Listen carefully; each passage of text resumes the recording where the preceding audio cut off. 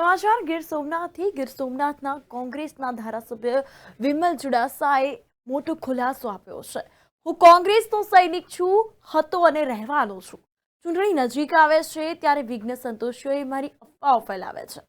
કોંગ્રેસ મને પાલિકા પ્રમુખ, ધારાસભ્ય સહિત ઘણું બધું આપ્યું છે।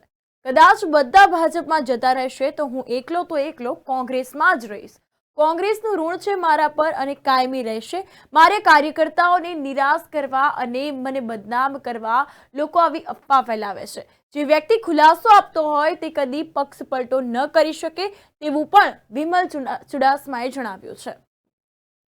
છેલ્લા 6 વર્ષથી આપના જેવા પત્રકાર મિત્રને હું વારંવાર જ્યારે પણ જે કોઈ મારા મિત્રો બધું આવું દેતા હોય છે એને હું કહેતો હોઉં છું કે જેટલી વાર મારું નામ આવ્યું છે એટલી વાર મેં સ્પષ્ટતા આપી છે, પાછી પણ સ્પષ્ટતા આપું છું। હું ક્યાંય જવાનું નથી। કોંગ્રેસ પાર્ટીએ ખૂબ મને આપ્યું છે।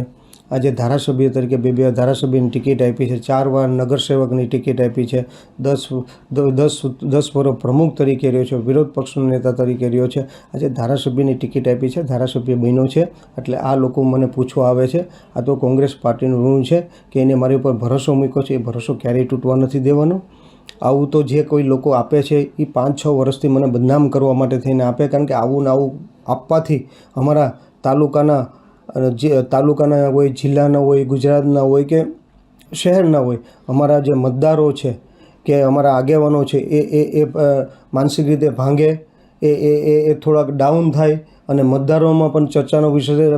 અમારું મતદારોને નિરાશ કરવા માટે થઈને આ પ્રયત્ન કરી રહ્યો છે અને મને બદનામ કરવા માટે થઈને પ્રયત્ન કરી રહ્યો છે, એટલે આ ખોટી વાત છે।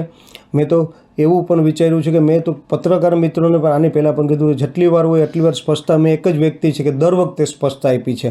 તો જે વ્યક્તિ દર વખતે સ્પષ્ટતા આપતો હોય એ વ્યક્તિ હંમેશા પરફેક્ટ હોય ને અમે તો જે છે એ મોઢે કહીએ છીએ।